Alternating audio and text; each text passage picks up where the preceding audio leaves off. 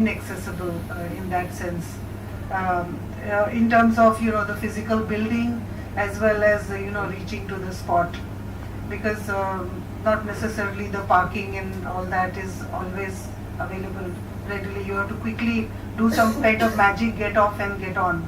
So there is a that kind of issue also, which maybe in your study you could further delve on.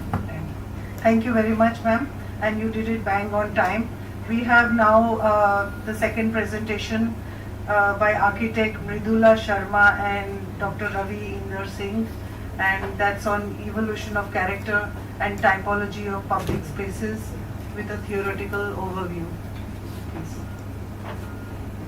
10 minutes or 12 minutes is okay.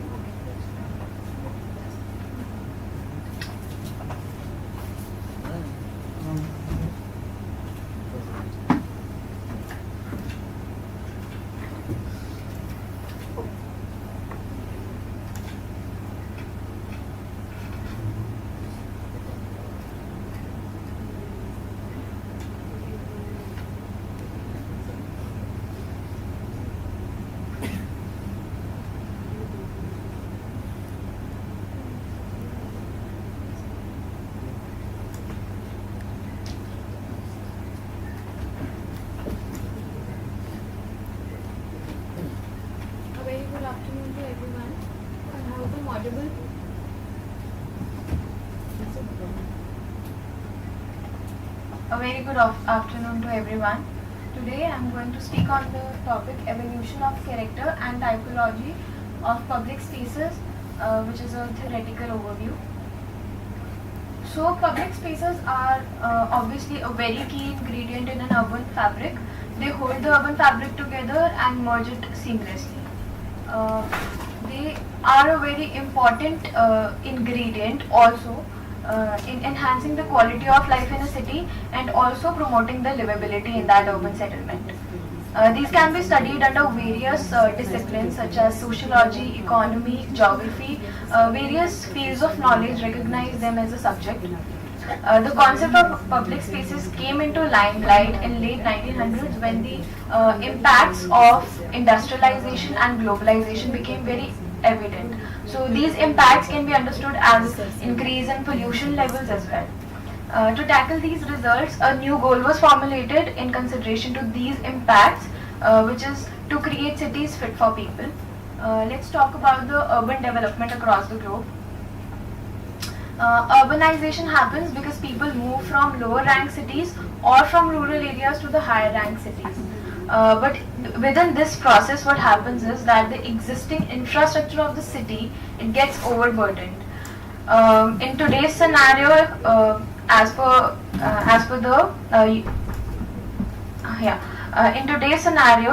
United Nations, it is understood that 1/3 of world population is living in urban areas, but within 2 decades, it's going to be 2/3 of total population which is going to reside in urban areas. So the existing urban areas, they are a target. They can be understood as a target for overburdened infrastructure. This is the example for Dharavi slums in Mumbai. Figure 1, we can clearly see the stark difference between two types of settlements. One is a very posh area, another one is the Dharavi slum. The quality of life you can see in other pictures. Picture number 2, 3 and 4, they depict how the infrastructure is overburdened and it has led to a breakdown in the infrastructure. Then we have sustainable development goals. These are framed by United Nations and are to be achieved by 2030 as of now. Sustainable development goal number 11, which is sustainable cities and communities, we have a target which specifically talks about the public spaces. So as urbanization happens and the demand of the land, it increases, the infrastructure gets burdened, the land gets eaten up, the public spaces are coming to lesser in number. But these goals, the target 7, it talks about the quality of public spaces as well. Not only the number of public spaces which are decreasing, but also the quality which is degrading. So it says by 2030, provide universal access to safe, inclusive and accessible public spaces. That's clearly the quality of public spaces which they are referring to. Then this is the introduction to public spaces, where we have mentioned the definitions which are given by various authors over the years. So yes, these are the spaces which are open and accessible to all, understood as everyday spaces, glue the city together and foster interaction and proximity among citizens. So why public spaces are important or are being talked about in today's conferences and whatever the discussions they go on. So there are certain roles which they play. First of all, we have thoroughfares. Like there are different types of public spaces. We're going to talk about it in later slides. But yes, when we talk about a variation of public spaces, the roles are going to be very different. So first we have thoroughfares, the linear paths which will provide a way to commute from one place to another, which can be for people, for things. Then public convenience. Wherever you have a public space, you will see there are certain facilities which are provided for your convenience. They can be the toilets, they can be drinking water, right? Then we have variety of activities which can be performed in that area. Then is the environment. The public spaces can help to improve the environment. The spaces, specifically when you have gardens, when you have wetlands, they somehow help in creating a better environment. There is the human well-being. So whenever you go out from your normal routine to a new public space, or you go into a garden, you interact with people. So that helps your physical and mental well-being both. There is the political functions. When we look back to the history, there have been certain public spaces which has acted as political entities, such as agoras and forums. We'll talk about it in the upcoming slides. Then is economic role. So wherever you will find a public space, there are going to be certain commercial activities which will come along. So these activities are going to generate the economy, increase the cash flow. So yes, they have an economic role as well. Then the researchers and the authors, they well know about the importance of public spaces, but why general public is now talking about it? So because we are moving towards the phenomena of new urbanism, where we talk about walkability and dense and compact settlements. So yes, that's how people recognize public spaces. They want beautiful locations around them. They want that wherever they reside, there should be certain activities and uses which should be fulfilled around them. The concept of cycling, walking, street cafes have become very famous. So yes, these are also part of our public spaces, and that's how general public know about it. Then there are certain qualities of a public space which should be fulfilled to call it a successful one. First is safety, accessibility, then is comfort. These are the four qualities which even the sustainable development goals recognize. There is the attractiveness, familiarity, and various activities which should be carried around in that area. Okay, then we have evolution of public spaces. They have existed since history. First of all is Greek agoras, which has acted as political, social and economic entities. Then we have Roman forum, which is an improvised version, we can say, of the agoras. Then later there were walls around the cities which were formed. There was a limit to the growth which was given. So because of that, the public spaces which were formed were the marketplaces, which was smaller in size and fewer in number. But then later, when those walls were taken off, what happened that the kings and empires, they started building beautiful public spaces in form of plazas and piazzas, which was understood as a status symbol for them, the symbol for their royalty. So they were monumental in scale and bigger in area which they consumed. After that, we get into the era where your industrialization happened, and materials like glass and steel, they came into the existence. So because of that, your marketplaces, they were coming into the form of a glazed covered marketplace, right? So that was a different kind of marketplace. Now when we talk about today's era, Certainly, if we talk about the commercial public spaces, yes, they are shopping malls, right? Markets and bazaars, they exist, but they have also existed since a long time. Example, we talk about Guru Bazaar and the Walled City area. It has existed since 3 to 400 years, right?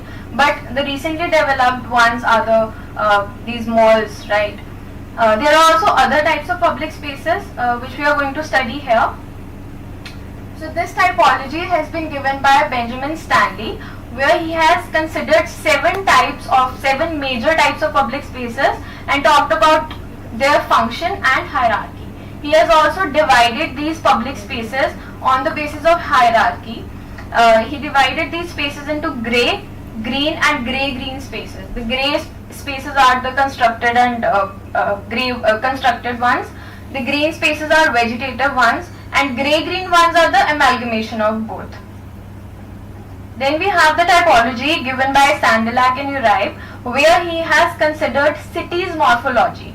If you study about the urban morphology, you are going to get to know certain components which are a part of your urban morphology in a city, right? So he has picked up those elements and then bifurcated them into various types and subtypes. Next we have the public spaces given by Matthew Carmona. These spaces have been divided into positive, negative and ambiguous spaces, and then there are subtypes and various types of developments which exist. So these are given on the basis of function, perception and ownership. Ownership is also a very important criteria which is going to define the usability of the space. So this is the derived typology. After going through the literature which is available on the typologies, I have tried to define it in a little formal way. So this is based on uses, hierarchy, form and function of the spaces. There are four major types: amenity, functional spaces, semi-natural spaces and linear spaces. And then there is a subtype, and then the typical developments have been marked here. So with this I would like to conclude that public spaces are a key component. They need to be studied, and when you have to work out and work towards the quality of public spaces, you really need to understand the typology and how they have evolved with time, right? Then only you can mark the character of the spaces. Even if you have to create certain guidelines, or we talk about the policy makers, this is the first step where you have to learn about the basics of the public spaces. So yes, this is what I've worked on. Thank you for being patient listeners. Thank you so much.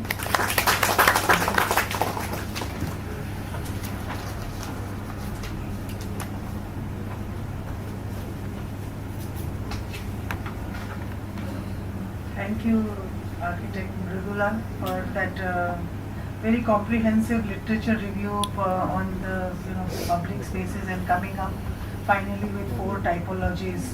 And in fact, anything that is sort of out of our house is public only, you can say, whether it is the apartment block and we move to the lift, and from there and then onwards, and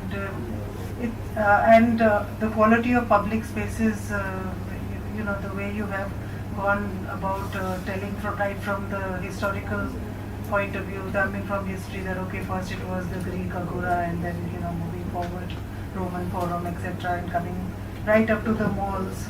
I just want to say on a lighter note that in Ahmedabad we have one mall which is called Balaji Agora. So what you have covered at the beginning, and you're coming up to the point that okay, kahin jana hai to chalo mall mein jate hain. The type of thing, mall mein thandak bhi hogi, and the way we look out even in metros, that is also become a public space. People are just in Ahmedabad we have just started a metro very very recently, so you'll find people just moving around and thodi thandak mil jayegi, and so enclosed public spaces is something that people are sort of very much interested, particularly one of the presentations in the morning session said that 3rd July was the hottest year ever witnessed. So we are looking for those kind of public spaces, and you have nicely identified 4 different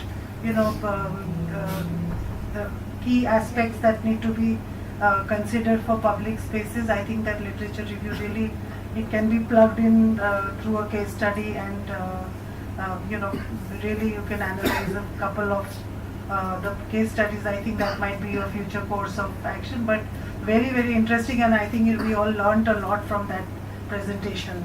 Thank you very much. The third topic is by Ms. Harneet Kaur and Dr. Hila Gupta, and that's on social resilience and inclusion of nomads.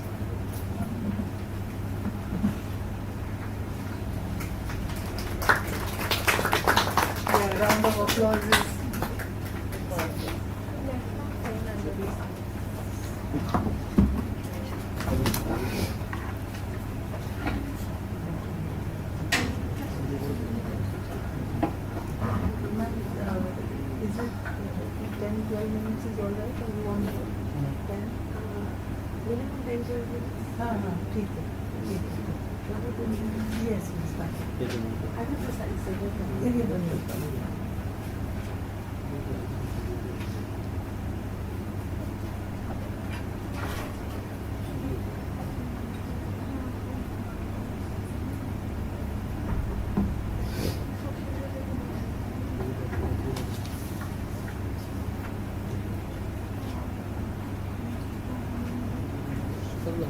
Thank you very much, everyone, and it's like coming home back from the other side, because कुछ साल पहला मैं भी उठी बैठी हुई सी, like you guys, studying, and after that I'm in this side, and so I'm a bit nostalgic also.